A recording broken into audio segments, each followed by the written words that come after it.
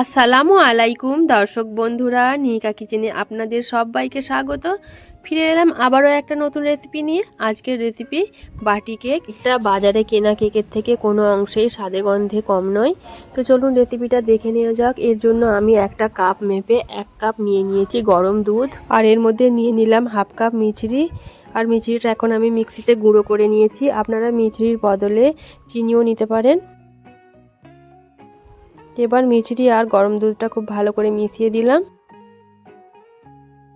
এখন এর মধ্যে দিয়ে দেব সামান্য একটু লবণ। 1 চিমটে লবণ দিলে কেকের স্বাদটা খুবই বেশি ভালো লাগে। এবার ওই একই কাপের মাপ করে আমি নিয়ে নিয়েছি হাফ কাপ সুজি। সুজিটা এর মধ্যে দিয়ে দিলাম, দিয়ে আবারও ভালোভাবে মিশিয়ে দুধের সঙ্গে ভালোভাবে নেড়েচেড়ে মিশিয়ে নিচ্ছি।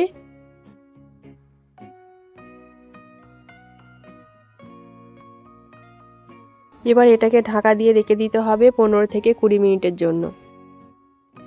তো 20 মিনিট পর আমি ফিরে এলাম। দেখুন সুজিটা অনেকটাই দুধটা টেনে নিয়েছে, অনেকটা শুকনো ভাব গাঢ় হয়ে গেছে আগের থেকে। এখন এর মধ্যে দিয়ে দিলাম 1 টেবিল চামচ গুঁড়ো দুধ। গুঁড়ো দুধটা দেওয়ার কারণে কেকের স্বাদটা খুবই ভালো হয়।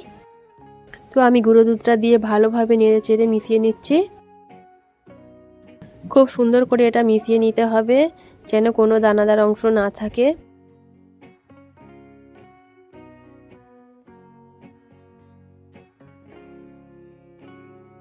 দেখুন আমি ভালো করে অনেকক্ষণ থেকে মিশিয়ে নিচ্ছি।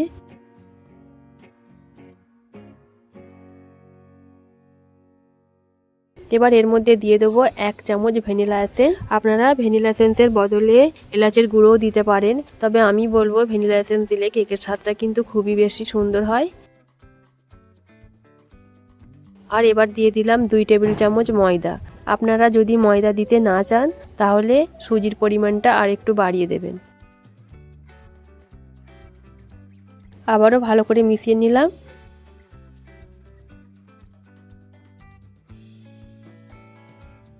এবার দিয়ে দিলাম 1 টেবিল চামচ সাদা তেল।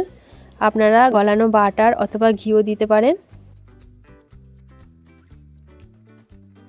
তো ভালোভাবে আমি তেলটাও মিশিয়ে নিলাম। এবার সবশেষে দিয়ে দেব বেকিং পাউডার। তো আমি 1 চামচ বেকিং পাউডার দিয়েছি, আর 1 চিমটে দিলাম বেকিং সোডা। 1 চিমটের থেকে একটু বেশি দিয়েছি। দিয়ে ভালোভাবে আমি মিশিয়ে নিলাম। এখানে আমি ছোট সাইজের 4টে বাটি নিয়েছি। এই বাটিগুলোতেই আমি কেকটা বেক করব, তাই প্রত্যেকটা বাটিতে আমি ভালোভাবে সাদা তেল মাখিয়ে নিচ্ছি। দেখুন আমি একটা ব্রাশের সাহায্যে বাটিগুলোতে ভালো করে তেল মাখিয়ে নিলাম। আপনাদের কাছে এরকম ছোট সাইজ বাটি না থাকলে আপনারা বড় বাটিতেও বানাতে পারেন।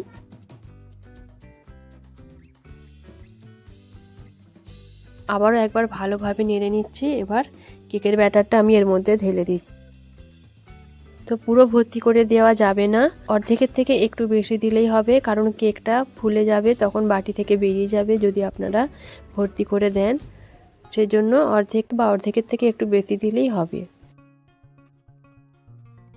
দেখুন আমি 4টে বাটিতেই ব্যাটারগুলো ঢেলে দিচ্ছি, আর এখানে কিছুটা ব্যাটার বেঁচে গেছে, সেজন্য আমি আরও একটা ছোট বাটি নিয়ে তার মধ্যে দিয়ে দেব।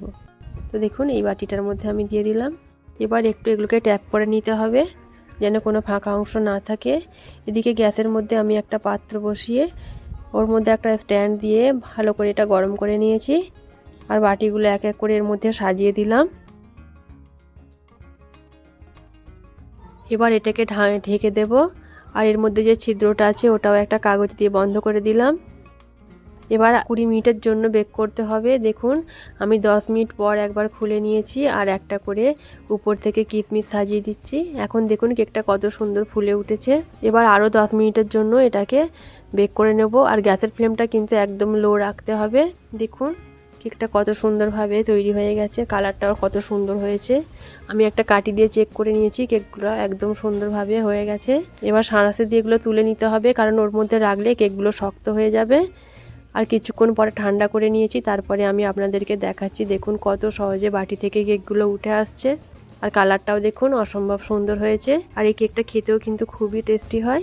আপনারা একবার হলেও বানিয়ে দেখবেন। আশা করি ভিডিওটা আপনাদের ভালো লেগেছে।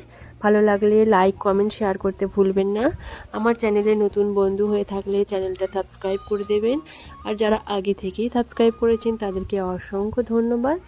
আজকের জন্য এই পর্যন্তই। ফিরে আসবো আবারও কোনো নতুন রেসিপি নিয়ে। আল্লাহ হাফেজ।